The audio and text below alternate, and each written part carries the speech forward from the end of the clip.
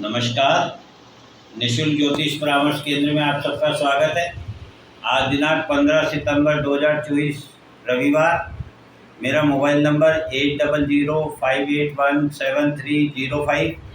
आप लोगों की कोई भी समस्या हो तो आप व्हाट्सएप पर अपनी समस्या, अपना नाम, जन्म स्थान, जन्म समय, जन्म दिनांक लिखकर भेज सकते हैं। जैसे ही आपका नंबर आएगा आपको व्हाट्सएप पर जवाब दे दिया जाएगा। आप लोगों से निवेदन है, कृपया फ़ोन ना करें। दूसरा मेरा निवेदन है, इस चैनल को सब्सक्राइब ना करें, केवल लाइक्स करें, व्यूज़ दें, ताकि और लोग भी प्रेरित हो, वह भी सुन सके, उन्हें भी ज्ञान की प्राप्ति और समस्याओं का समाधान प्राप्त हो सके।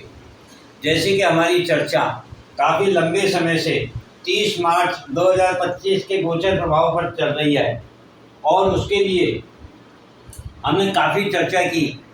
हम बार बार केतु पर बेस बना करके इसका विचार कर रहे हैं, क्योंकि उस दिन 8 ग्रहों का दृष्टिगोचर केतु पर है। इस प्रकार से आज हम केतु को और तरीके से भी समझने की कोशिश करते हैं। जैसा कि हम जानते हैं कि ज्ञान एक अथाह सागर है, ज्ञान का कोई अंत नहीं है। जितना भी आप जानोगे आपको एक नया प्राप्त होगा, कुछ नया प्राप्त होगा। जितने ज्ञान की गहराई में जाओगे कुछ नया प्राप्त होगा आपके लिए। ये जो जानकारी है ये नई है, लेकिन वास्तव में यदि इसको समझा जाए तो ये प्रकृति में तो पहले से विद्यमान है। अर्थात इतिहास अपने आप को दोहराता है। जो कुछ इस ब्रह्मांड में उपस्थित है, स्थित है, या पहले जो घटी हुई घटनाएं हैं वही पुनरावृत्ति करती हैं। इसी को इतिहास कहते हैं। क्योंकि हम जो कुछ भी सीखते हैं या प्रयोग करते हैं या नया कुछ अध्याय मालूम करते हैं तो उसका कोई आधार होता है, कोई बेस होता है, और ये आधार ही इतिहास है, पूर्व ज्ञान है, जिसको हम आधार बनाकर नई खोज करते हैं। अतः हमको ये समझना होगा कि हमारी प्रत्येक सोच, प्रत्येक विचार के मूल में कोई बेस है, कोई आधार है, और यही केतु है। क्योंकि केतु मूल है, जड़ है, रूट्स है। इस प्रकार से यदि हमको केतु के बारे में समझना है तो हमको ये समझना होगा कि केतु रूट्स है, मूल है। और जब ब्रह्मांड में 8 ग्रहों की दृष्टि केतु पर होगी, अर्थात पूरा ब्रह्मांड अपने मूल स्वरूप को जानने का प्रयत्न कर रहा होगा। इसीलिए ये युग परिवर्तन का समय है। इसीलिए बार बार आपको समझाया जा रहा है, बताया जा रहा है कि युग परिवर्तन का ये एक समय है। अब युग परिवर्तन क्यों होता है? क्योंकि ये कोई नया नहीं है। हर ब्रह्मांड में वही घटनाएं पुनरावृत्ति जब करती हैं तो उसे हम परिवर्तन कहते हैं।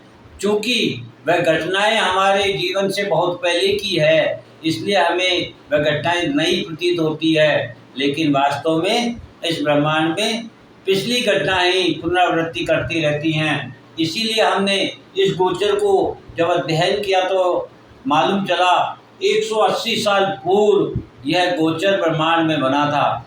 इस प्रकार से 180 साल पूर्व जो घटनाएं घटित हुई थी वह घटनाएं पुनरावृत्ति करेगी और वापस लौट कर आएगी। इस प्रकार से ये युग परिवर्तन का समय है।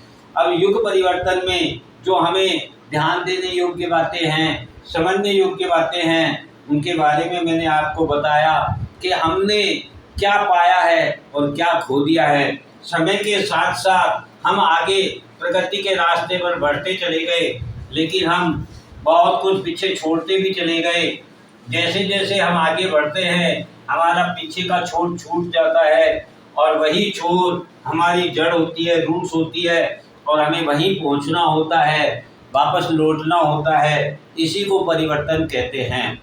इसलिए ये गोचर प्रभाव बहुत अधिक महत्वपूर्ण है, और इसके भाग्य के अनुसार भी, जो कि नवम भाव जो भाग्य का होता है उसका जो सूक्ष्म अंश है, जिसे नवमांश कहते हैं, उसका भी हमने जब अध्ययन किया तो हमने देखा कि उस समय केतु नवमांश में 12वें भाव में है, जो मुक्ति का भाव है, व्यय का भाव है, अर्थात परिवर्तन का समय है। सब कुछ बदलने वाला है। हमें भी समय के साथ अपनी सोच, अपने विचार, अपने स्वरूप, अपने तरीके को बदल लेना चाहिए और प्रकृति के साथ उसको अपनाना चाहिए, ताकि प्रकृति का ये परिवर्तन हमें सहयोग कर सके और हमें मजबूत कर सके।